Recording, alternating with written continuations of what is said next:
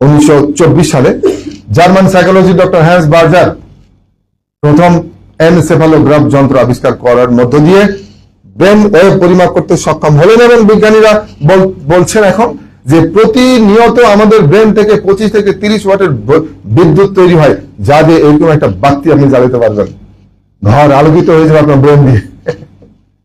তবে এই বিদ্যুৎ সবসময় একরকম থাকে না, অন্তত 5টা অবস্থায় 5 রকম থাকে। কিরকম?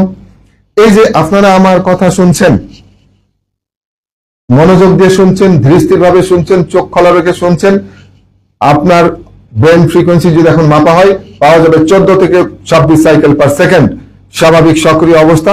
এটাকে বিজ্ঞানীরা নাম দিলেন beta brain wave. Beta brain wave. এখন বাইরে যদি মারামারি শুরু হয়, ভাঙচুর, জ্বালাও পোড়াও, ওদের যে কোনো একদিন ধরে নিয়ে যদি আপনি ব্রেনের পরিমাপ করেন পাওয়া যাবে 27 থেকে 84 সাইকেল পার সেকেন্ড, ভাঙচুর অবস্থা, উত্তেজনা।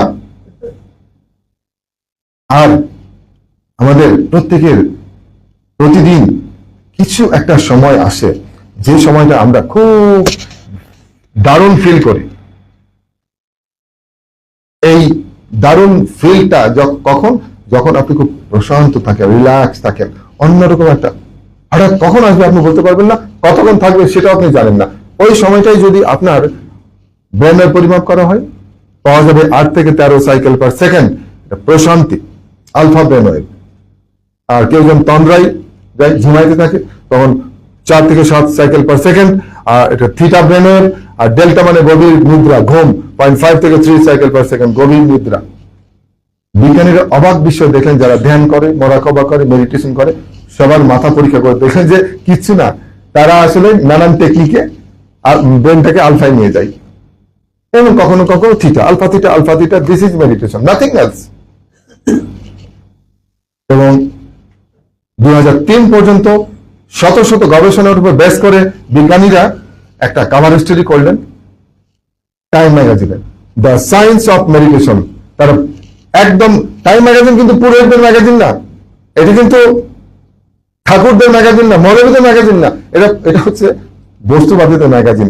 তারা সমস্ত স্টাডিকে সাম আপ করে পরিষ্কার করে বললেন যে মেডিটেশন বিজ্ঞান। কেউ চাক বা না চাক, কেউ বিশ্বাস করুক বা না করুক, তিনি যদি নিয়মিত দুবেলা চর্চা করেন তার ব্রেন ফ্রিকোয়েন্সি ফল করবে, সে আলফায় যাবে, সে থিটায় যাবে, এবং মেডিটেশনের সমস্ত উপকারিতা সে পাবে।